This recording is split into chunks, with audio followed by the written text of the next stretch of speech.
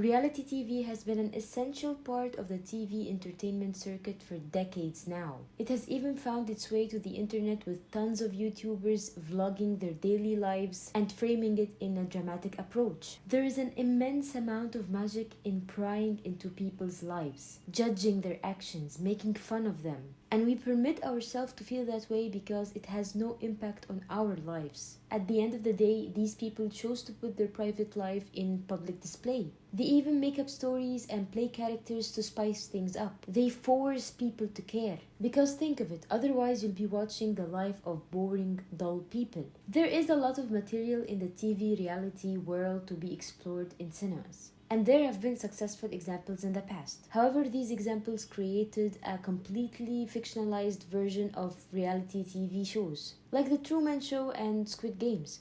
There hasn't been a show that wanted to give us an honest and realistic look behind these types of shows. What goes behind the making of these shows? And who is better than Nathan Fielder, a man whose entire career up to this point had been showing us how similar our mundane life is to fiction. And of course, Benny Safdie, one half of the Safdie brothers, who made 3 of the most well-acclaimed pseudo-documentary fiction films in the past decade, trying to completely blur the line between what's real and what's fiction. The collision of these 2 names alone can sell this show to anyone, but add to them Emma Stone, an Oscar winner and one of the best actresses that's working nowadays, and you've got yourself a hit TV show. The Curse's first episode aired back in November to split reactions. Some people liked it and some people think that these 3 geniuses completely missed the mark.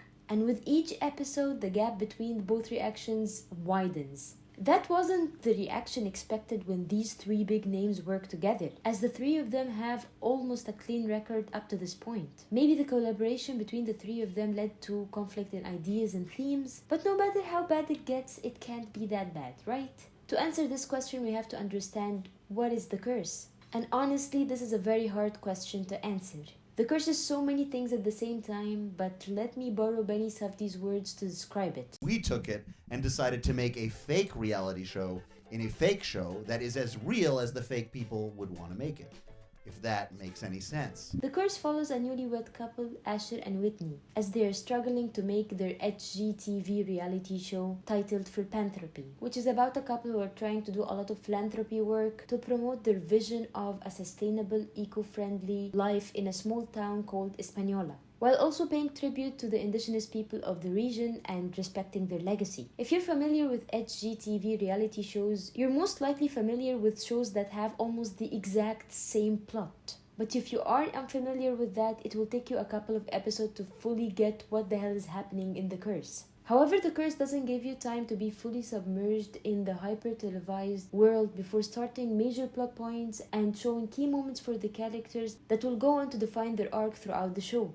Things like Whitney's family, Asher's curse, and Dougie's accident. These are all things that were mentioned in the first couple of episodes before you're actually aware of how important they are. And the show's cringe type of humor kicks in really hard in the first few episodes. Especially with Nathan Fielder's character Asher, because he's super wooden and stiff and overall a super uninteresting character. Actually so uninteresting that it makes you wonder, is this Fielder's limited acting skills or the character is written to be this stiff? All of these elements were criticized when the show first came out, with people saying that the show is not funny, incoherent, uneventful, and kinda don't know what it wants to be, with only one good thing in it, which is Emma Stone's acting, trying to pull the horrible project out of the mud but not succeeding to. But now, after The Curse has ended and the full creative vision of both Safdie and Fielder has come to life, did anything change? Is it actually good? In my opinion,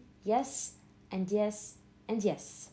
The Curse is one of the finest TV shows I've seen in a very long time. And I guarantee you, whether you watched it or not, liked it or not, this is one of the most unique projects I've seen. And you will probably not see anything close to it on TV. The Curse managed to give us an accurate depiction of what really goes on behind reality TV shows. And before you know it, you find yourself watching a very complex story with 3 well-written characters, and the appeal of the show comes from these characters. Let's start with Asher. Nathan Fielder's acting was the target of a lot of criticism. Fielder himself cleverly addressed this issue when he was interviewed by Jimmy Kimmel. He showed up wearing clothes that are clearly not his, and he showed a demeanor that is clearly not his. And he started to act as if he's a hip, cool guy who has nothing in common with the character he's playing, Asher. I'd be confused maybe because I've been on your show before and I've done other things, but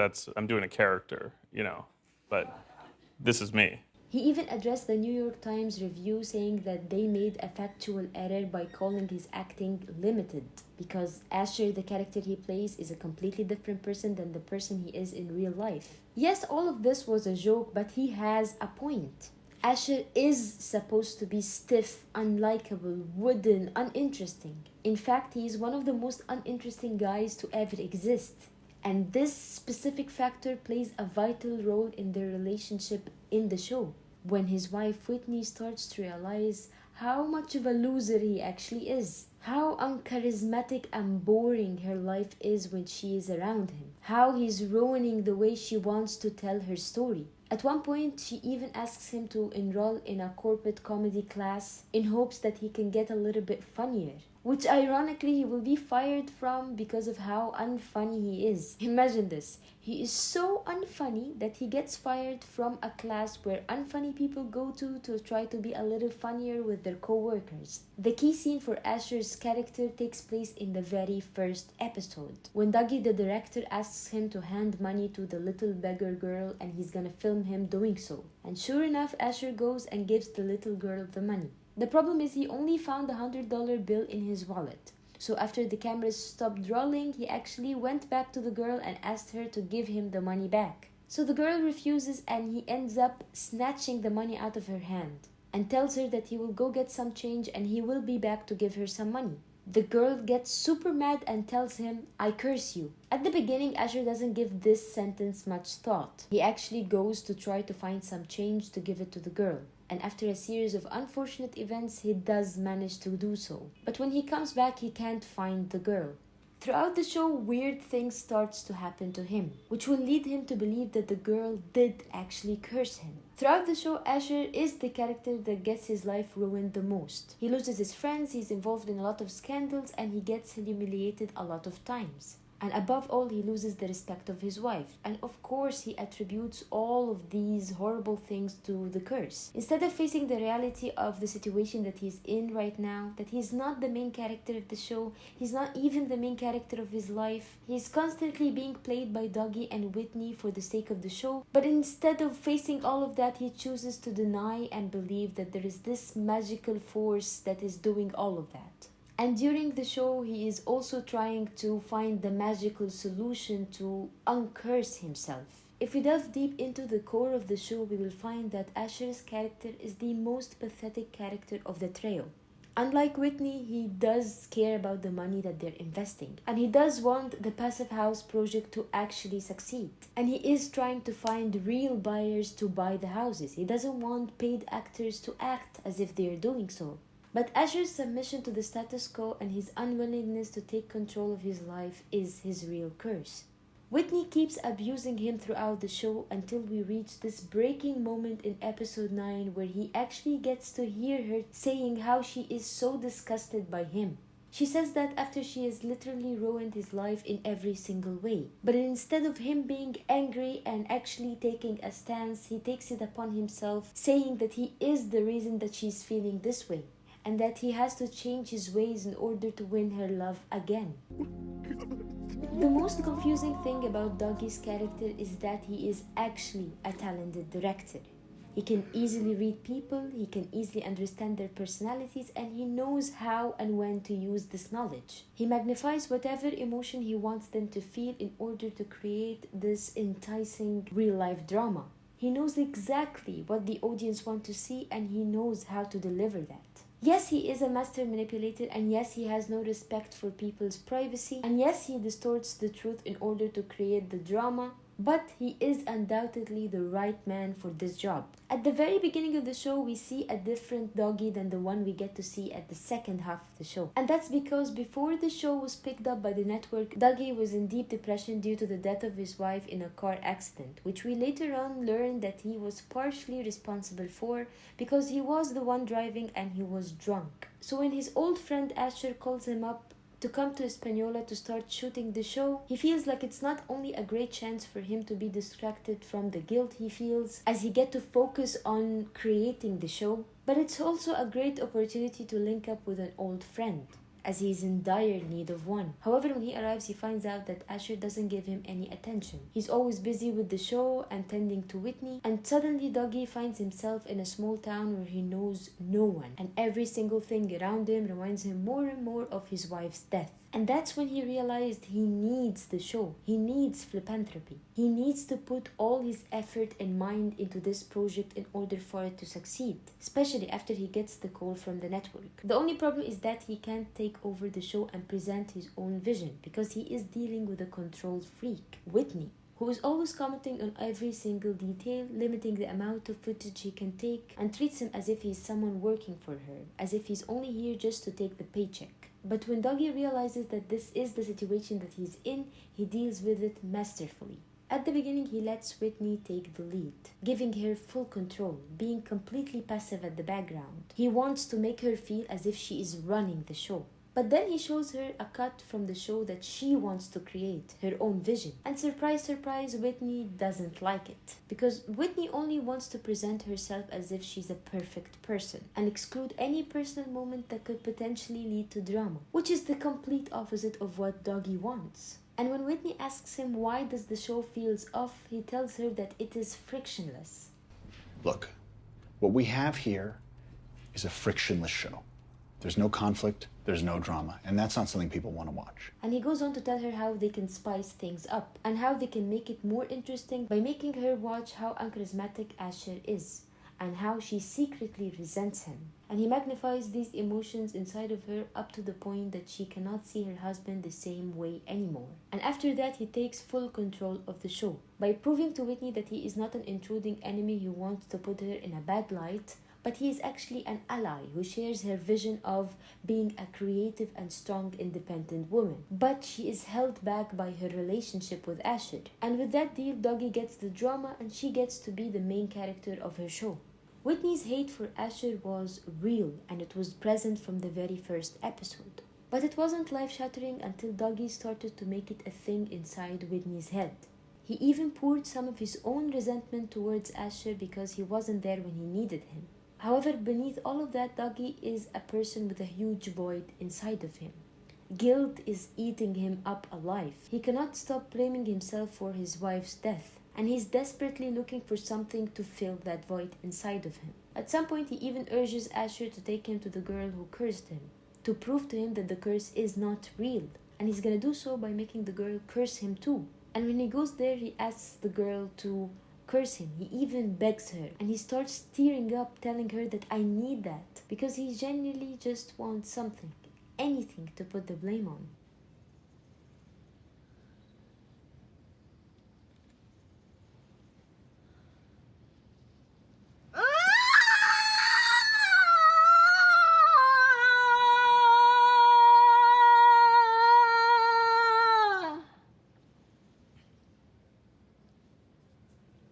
Whitney is the real protagonist of The Curse. There are so many layers and nuances that makes her a very complex character, which were captured brilliantly by the groundbreaking performance of Emma Stone. In a nutshell, Whitney's plot and storylines showcase the chronicles of a deeply troubled narcissist and a pathological liar who gets the opportunity to tell her own story. And she also gets to decide how to be perceived by other people. At first glance, you will not fully comprehend Whitney's character. My first impression was that she is a very successful businesswoman who completely shifts and transforms her attitude according to who she's talking to and what she wants. However, occasionally she would do something that is actually genuinely nice, even when the cameras are off, such as booking a chiropractor appointment for Abshir when she saw him rubbing his neck a few times, or offering Fernando a security job that doesn't actually exist just to help him get a job. And while these gestures might seem very nice and generous, but they are so far removed from reality. They're not real solutions, and sometimes they make matters even worse. Like in Abshir's case, when he actually almost got injured during the session because she didn't offer him a solution, he's not properly diagnosed.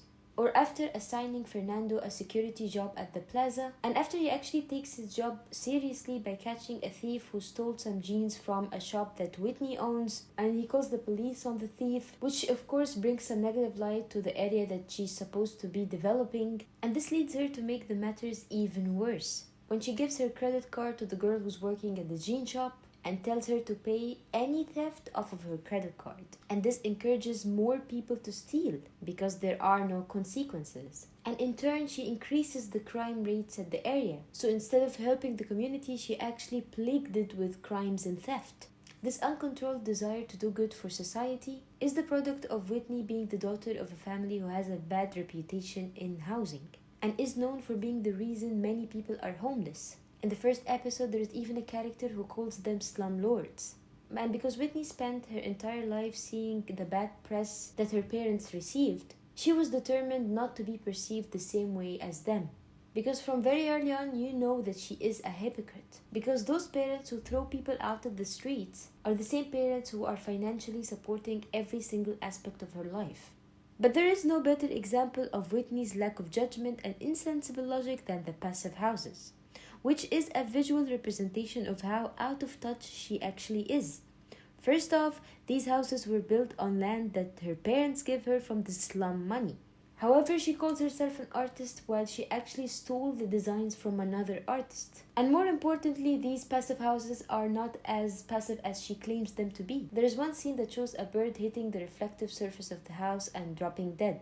And Whitney reacts to this very nonchalantly and calls someone to clean this mess up and tells him there's another dead bird. And in many instances in the show, there's a mention of how the ventilation in these houses is not sufficient. And in another point in the show, there's a mention that there is an electricity disturbance in the Española neighborhood because of the passive houses. While Whitney is aware of all of these issues, she chooses to turn a blind eye. Because if these issues were addressed, it will tint the image that she has of herself in her head. And for her, all that matters is her image. Narcissists such as Whitney refuses to be anything but the main characters and refuses to be rejected. Which is why throughout the show she cannot build any meaningful relationship with anyone. Because once anyone allows her near him, she destroys his life. It's either you become one of her servants or one of her enemies. This perfectly describes the relationship between Whitney and an indigenous local artist by the name Cara, whom Whitney wants to be seen as her friend, because that will make her appear in front of people as a real artist respected by other artists. There is a one-sided friendship between Whitney and Cara, which causes the devolution of Cara's life throughout the show, and Whitney keeps chasing that friendship constantly. And when Cara gets fed up with it and tells her that she does not want to be associated with her because of her family history, Whitney goes on to bribe Cara to be her friend and to appear with her in philanthropy. At some point, she even directs her to say certain sentences. After a while, Cara felt like a sellout, who gave up her art for money, who got her name associated with slumlords for money. She was even pressured to say things that contradicts her values on camera for money, which drove her to retire from art completely and return to her minimum wage job in a massage parlor, in which she will meet Whitney, who's completely oblivious to why Cara returned to this job again and retired from art. She even leaves a generous tip when leaving, thinking that she did a good deed for a good friend, while in fact she was the reason of the complete destruction of Cara's life. The Curse is truly a unique show, not just by how well written the characters are, but every single aspect of this show is made to be admired. From the way it was shot through distorted glasses and surfaces, which manipulates the images behind it, to the positions of the cameras that were put way far than the actual scenes, to the horror-inspired synth soundtrack. All of these elements create a unique feeling, and this feeling is hard to comprehend and understand. You just feel uncomfortable and don't really know why, which is very similar to real-life situations where you start to feel uneasy and anxious for no real reason. Shows like this don't come around often, and the existence of the curse in itself is a miracle. It's a miracle that Benny Safdie and Nathan Fielder were able to bring their vision to life. It's weird and it defies all the common practices that we usually see in shows. However, they still managed to make truly one-of-a-kind show.